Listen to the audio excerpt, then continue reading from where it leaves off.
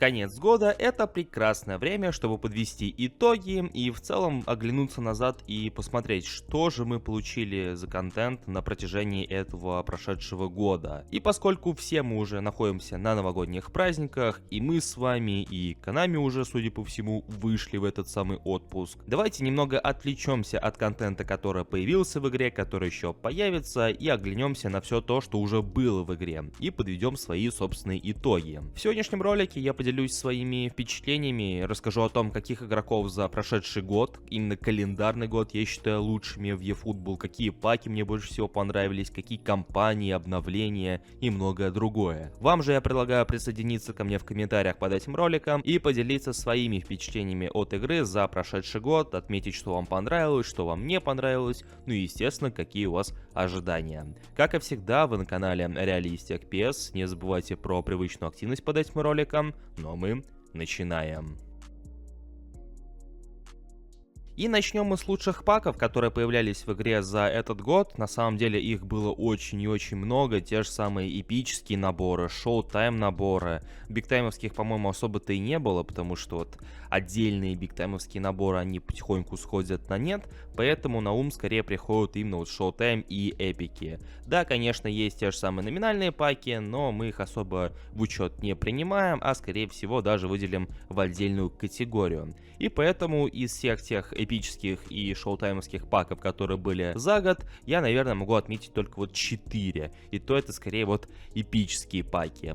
Четвертым я бы поставил пак с эпическими бразильцами, в котором присутствовали эпические Неймар, Ромарио и Дэнилсон. И несмотря на бесполезность Дэнилсона, по большей части, или Дэнилсона, этот пак хорош тем, что в нем присутствуют и Ромарио, и Неймар. В принципе, обладатели одни из лучших моделек в этой игре. В целом, у Неймара это чуть ли не самая лучшая карточка за все то время, что выходила в различных паках. Она, в принципе, плюс-минус бегающая. И, в общем-то, все те, кто выловили Неймара тогда, в принципе, могли не беспокоиться о новой карточке, которая выходила в паке MSN. Ну и Ромарио, в принципе, тут говорить много не приходится. Один из имбовых нападающих. Несмотря на свою карликовость, маленьковость, он отлично борется за мяч на втором этаже, да и, в принципе, отлично действует у ворот соперника. Третьим же паком за год я бы отметил пак, который выходил уже в 25-й части игры. Это пак с полузащитниками и защитником национальных сборных, в частности, пак с Вейра, Тюрамом и Хаби Алонсо.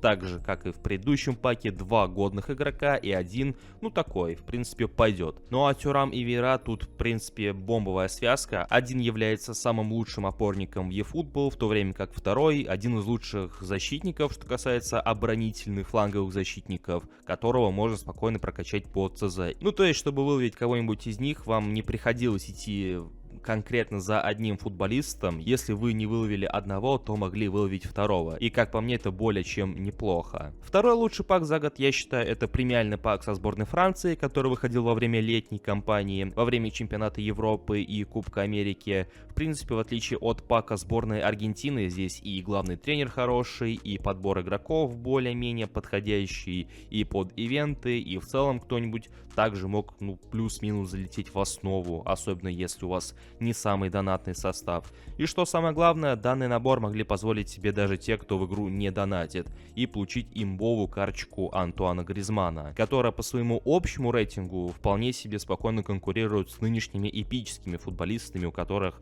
по 2 буста. Да и сам Гризман очень даже имбовый персонаж на позиции АПЗ. Ну и самый лучший пак за этот календарный год, наверное, как-то не странно, пак MSN. Во-первых, потому что он хайповый, во-вторых, потому что в нем присутствует самая сильная на данный момент карточка в eFootball, которая посвящена непосредственно Лионелю Месси с пикирующим соколом. Ну и наконец-то Konami додумались о включении Суареса в число партнеров игры. Около 3 лет они почему-то забывали о нем при наличии Неймара и Месси, и только в этом уходящем году наконец-то додумались воссоединить их в рамках своей игры. Подобным же образом хотелось бы отметить и паки, команда недели, но, как по мне, здесь намного труднее определиться с тем, какой пак был лучше, какой хуже, поэтому я скорее отмечу самых вот высокорейтинговых и в целом сильных игроков, которые появлялись в данных паках за прошедший именно календарный год, то есть за 24 год. И, естественно, здесь особняком стоит Джуд Беллингем, который получил свою карточку за один из матчей чемпионата Европы. Рейтинг 103 при наличии буста, который никак его не меняет ни в лучшую, ни в худшую сторону. Это, конечно, сильно. Аналогичная история и с Эрлингом Холландом, который также, вроде как под конец сезона, получил высокорейтинговую карточку именно в рамках команды недели. А учитывая, что с каждым Новым годом Konami все более скудны на те же самые подборки из 11 футболистов, это, в принципе, можно считать более-менее приятным подгоном. Ну и третьим, таким вот самым приятным по модельке и в целом также высокорейтинговым игроком в команде недели за этот год я, наверное, отмечу Винисиуса. Тот, что был на позиции центрального нападающего за матч против Барселоны, когда он, соответственно, оформил хэт-трик. Одна из самых сильных версий его карточек, особенно когда у нее активирован буст. И, по-моему, общий рейтинг у него достигает 102 пункта. Но в целом, опять же, кандидат на позицию цен очень даже приятный. Такой маневренный, в отличие от всех своих версий, но, наверное, кроме шоу-таймовской, неплохо подыгрывает головой, несмотря на не самые выразительные цифры. И в принципе, за все то время, что у меня была его карточка на одном из аккаунтов, я был им доволен. Лучшее обновление и лучшая кампания за этот прошедший календарный год. Наверное, одним из самых лучших обновлений за этот 24 год можно назвать весеннее обновление, о котором мы буквально-таки упоминали в одном из предыдущих роликов. Это обновление до версии 3.4.0, которое было совместно с компанией Blue Lock.